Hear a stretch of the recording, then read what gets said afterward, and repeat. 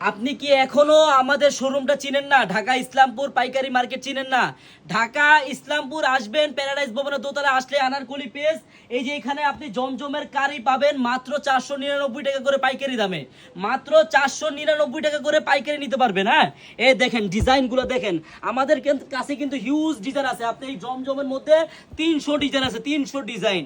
এই দেখেন আমি আপনাদেরকে খুলে দেখাই একটা ডিজাইন, কতটা সুন্দর একটা ডিজাইন। হ্যাঁ, মাত্র পাবেন 499 টাকা করে পাইকারি দামে।